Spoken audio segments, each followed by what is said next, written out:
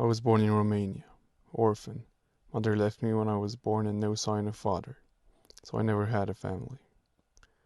Childhood lived in an orphanage in a mountain city, Brașov. Orphanage life was great, really, 10 out of 10. Kind, nice, lovely people, nice kids, great rooms, we got presents on occasions. I mean, it was top tier. Thought I will work there after I hit 18. 2009, 15 years old. Orphanage got shut down because of no money to maintain. It was a state-funded orphanage. I got transferred into a shithole orphanage in capital. It was like hell. 10 kids in a room, small courtyard. We couldn't leave the orphanage. Shit food, shit caretakers. I got a friend named Andrei. Backstory. Andrei was abandoned at birth. We grew up in that orphanage back in Brașov. Me and Andrei have been friends since I can remember. Andrei is 2 years older than me. He's my bro. Been in that shithole for 2 months. Hated life. Andrei just hit 18, so he got kicked out. Wanted to go with him, but he said I should stay here for a time, till he'll work things out there. He was my bro, the closest person I had there. After a few days everyone started picking on me, bullying and shit, because Andrei wasn't there to protect me. Weeks passed. I didn't hear from Andrei for a long time. I was in my lowest state thinking Andrei had died. Everyone was picking on me, so I started contemplating suicide. Tried pills, tried cutting, but I didn't die. One night when my roommates left, I tried hanging myself. Got the rope tied up, got on a dresser. In my hand I was holding a gift from Andrei. It was a bell-like toy which when you would drop it, it would make lots of sound. I used it to quote-unquote summon Andrei back in the days in case I had a problem. I stood there on the dresser for like 5 minutes, crying. And then I decided I should do it, so I went with it. Jumped from the dresser, and as I was jumping I dropped the bell-like toy I was holding in my hand. It makes lots of noise. 1 second passes and the door opens. There was this girl looking at me. Never saw her before. She looked so nice I thought she was my angel who came to take me to heaven or something.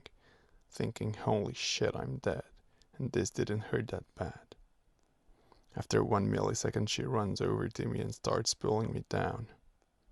It starts hurting like shit. Realize I'm not dead and this bitch tries to save me. Kicked her in the belly. She falls over, gets up, heads for the dresser, and like 1 fucking millisecond she's on top of it and jumping on me. She gets a grab of me and the rope breaks. My neck hurts like fucking shit. She slaps me and says what the fuck was I doing? I punched her. Because I had been dizzy from the lack of oxygen, she wrestles me down and holds me there. She sees the marks on my neck and hands, looks at them for a moment, then gets up and heads for the door. She looks back at me and shakes her head while saying no. She leaves. After cleaning up the mess, I went to bed. Next day I thought about searching for her at least to say thanks. No signs of her. Searched for like 2 hours in the whole orphanage. I got back to my room, look on the window, see her going to a car with a man and a woman, both in their 40s I think. Recognize her red hair. Only saw her from the side and the back, but I immediately recognized her. Thinking she just got adopted and I didn't even say thanks. Feel like shit the whole day. Next day while walking in the hallways I see her again. Recognize her red hair instantly. She talks to a caretaker. Thinking of going to say thanks, but then I realize I still have those scars on my neck. Looked from a distance at her. She leaves. Still didn't see her face. Next day I walk all day long around the orphanage to see if I find her again. Hear screams from a bathroom. Girl screams, thinking some bitch just found out about her period. There are some people shouting and screaming. What the fuck are they doing? I get inside. I see two guys known for being bullies in there hitting someone on the ground and some other girl cheering. They fucking hit it very hard. What did that child do to deserve that? Go over to them to tell them to stop, my face being a soldier of justice warrior. See red hair, realize. I go in full beast mode, beat them up and at the same time get beaten the fuck out. As they hear caretakers approach, they run. Thank God the good guys are coming. As they run, I sit there with my face full of blood looking at her down on the ground. She looked at me in admiration while crying. She looks good even with her face full of blood. Really nice face, green eyes. Caretakers arrive. As they see us, one of them tackles me down while others get the girl. We both glance at each other while she gets carried away, and I get tackled in that piss floor of the bathroom. The guy who was holding me started screaming in Romanian. Why the fuck did you do that, you devil? Why? Realize I'm the bad guy now. I get dragged out in the courtyard and get beaten by the caretakers. I see the faggots who were beating the redhead girl laughing in the distance. Caretakers threw me in the mud. What the fuck, I saved her. For fuck's sake, stop. They begin beating the shit out of me. They seem that they don't care. Caretakers hit me until I get unconscious. Next day, I wake up in the hospital pretty fucked up. I see a caretaker standing by my bed. Look at her and she leaves. Start thinking if the redhead told them what truly happened. 1 or 2 minutes pass and I realize I'm on morphine and I feel pretty good. Door opens. 2 policemen come in. I try to stand up and then I realize I'm handcuffed to the bed. What the fuck? They sit by me and start looking at me for like 15 seconds. Ask them why I'm cuffed. They tell me in Romanian, all rapers should be forever cuffed. What? They ask me if I was trying to rape her. I say no. I try to explain them that I was saving her. One of them slaps me and then spits in my face. They tell me as soon as I get good I will go to juvenile orphanage, and after I hit 18 I will go to jail. Start screaming at them that I didn't do that. They punched me and leave. Fell asleep. Wake up in the middle of the night. Start crying. Remember what Andre told me about juvenile. He didn't go there because he was bad or aggressive. He went there because of me. Back in 2009, when Andre and me were transferred, some guys tried getting us to do their shit or else they'll kill us. We didn't accept, so they started following us around and shit. Me and Andre got beaten by those guys sometimes when we were outnumbered. They wouldn't leave us alone. One night 3 of them came to my room and tries to stab me. Lucky I was awake. I dropped the bell thing that Andre gave me and tried to fight the guys off. In 10 seconds Andre is here and punched the guy with the knife, it falling down. Andre picks it up and starts stabbing them. Caretakers come in to see Andre stabbing those guys. Andre gets dazed and falls. Next day, I explain the things Andre did and they just sent him to juvenile. He stays there 6 months and then comes back changed, mentally changed. He wouldn't talk much, and I realized they fucked up with his head there. So juvenile's hell. Realize I need to get the fuck out of the hospital or my life is ended. I start planning all night and the night after that. After 3 days a nurse comes and tells me that I will get out the next day. This is the night. I realize how I could open the handcuffs the first night. Really shitty handcuffs, 'cause Romania. Found out how to open the windows in the second night, and so on. Night comes by and I open my handcuffs and the window. I realize I'm on the first floor. Try to climb the walls but I fall in the bushes. Get up and started running like never before. It's July, so no problem with being cold. The only problem is that I'm still in the hospital clothes. Find the park and start walking, thinking, what the fuck am I going to do now? Thinking, why the fuck didn't the redhead tell them the truth and accuse me of rape? That bitch. Who the fuck does that? Feeling sad but happy because I got out. See a homeless guy sitting on a bench, so I join him. I heard they like being social. Start talking with him, and he seems like a nice guy. He lost his life over a dumb bitch who framed him and destroyed his life. He was a priest, had no kids, and same as me, he was an orphan. Tell him my story for like 2 hours and then fell asleep. He was a Christian priest, so I had trust in him that he wouldn't go to the police and tell them. Who would believe him anyway? He wakes up in the morning and tells me we have to go, or else we get in trouble with police. Follow him, no questions. He shows me where to get food and stuff, and gives me some clothes.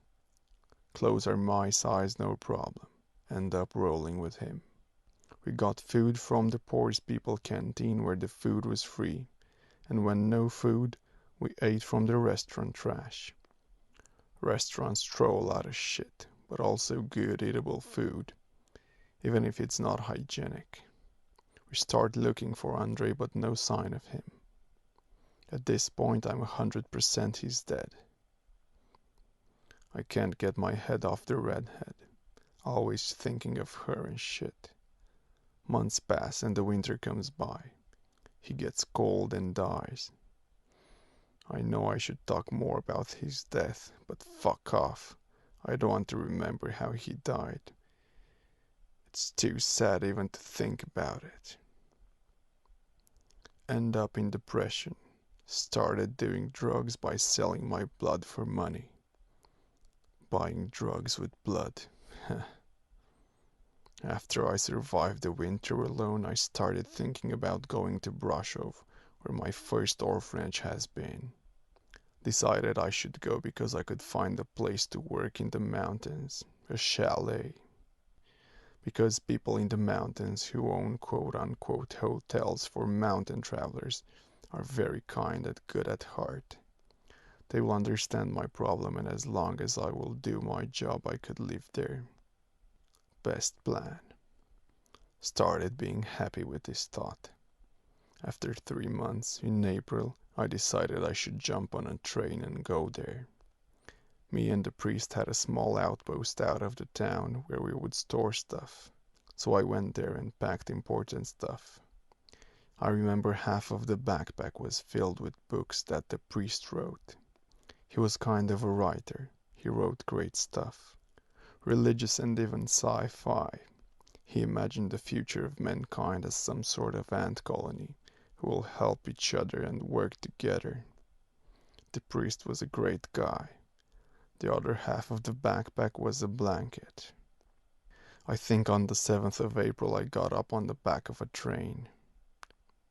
I was feeling so happy thinking that I found a good way to survive. 5 hours passed. I should be close by now. I jump off somewhere near Brasov and walk into the city. Dark as fuck and it's kinda cold. Get in a park and fell asleep.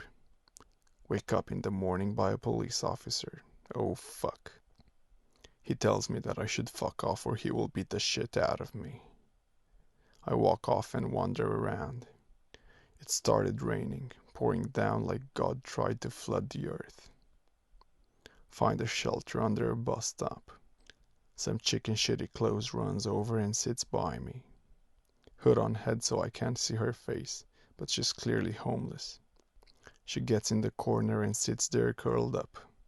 After some time she sits on the bench with me. She takes her hood off. Holy Mother of God, this isn't happening. Redhead. She looks at me and recognizes me, and I recognize her. She's so fucking beautiful. How the fuck did she end up in the orphanage, and then being homeless? We stare at each other for like 3 minutes, thinking if I should punch her in the face. She hugs me and we stay like that until the rain stops. She told me she ran off after I have beaten those guys. That night I was in the hospital, she jumped on a train and ran off. She ended up here, in Brasov, and started thinking about going back, but she never did. She isn't an orphan. Her father is a medic that worked in the orphanage. That's why those caretakers beat the shit out of me. She's the same age as me, born on the 20th of November, and me on the 20th of September. Turns out that her father abused and treated her like shit. She was also suicidal that day when those guys beat her. She tried to kill herself that night, but she thought of me and stopped, and then ran off. Those guys that I have fought off her tried to kill her because she told the caretakers about the guys having drugs hidden. We walked until the sun came down and it was night by now. She shows me a place where homeless people can sleep and eat in Brasov without any ID. This is really nice. We sleep there. We spend the next day talking and figuring out what to do. I told her about my plan about going in the mountains to work and to live there in a chalet, where tourists go and spend the night in the mountains. I don't know how to explain. It's like a hotel for people that go into the mountains. She agrees and packs up. Next day we go to the Buchej Mountains. Really nice place. We find a place and talk to the chalet manager, telling them that we are a couple looking for a new life experience. Asked if we could stay there for some time. They like us. They give us a place to sleep and eat. Those chalet managers are really spiritual and nice people. They have a lot of life experience to learn from. We always did our work, always helped. There's always loads to do up there. They never asked about IDs, but I think they realized we were homeless. We were pretty social and got to be good friends with everyone there. We lived there for like 2 years. At this point I hit 18. In this time we thought how to figure things with her father and how to fix my problem. We found a good plan to follow. Decided to go back to Bucharest to fix everything. The night after we left, we told the chalet manager about us and what we did. He started crying. They started crying like bitches. I shit you not. Even the biggest guy there started crying on our story. They gave us money for the trip and we hug and kiss and shit. We leave the next day. Take the train like normal people with a ticket. First time in the past 3 years doing something legal. We got to a police station in Bucharest and tell them. They tell us about her father who died in a car accident 1 year ago. Her father didn't even tell the police that she ran off. He was too scared they would find about him mistreating her. Because they had money he could bribe the policeman. She didn't even care about her father dying. Her father abused her real bad. The police did a drug test on us. Got okay and they started working shit out. Chalet managers back in Buchej Mountains send us some money to buy an apartment until things go right. Police figured things out. They tried to find the guys who aggressed her, but it looks like they vanished after getting kicked out at 18. Me and her finished our school and went to university. I now work in arts and culture. Payment is not big, but it will get bigger. We built a house in the Buchej Mountains near the chalet. We go to the chalet from time to time to work and help them out. Going to marry the redhead the next month and we are expecting our first child. Life was never this good. As a child in the orphanage I never imagined this will happen. Though, even if I don't have parents to raise me, I don't feel them missing. I find the chalet managers as my adoptive parents, and I am also happy that they are proud of me. I never found out what happened to Andrei. I hope he lives a good life by now.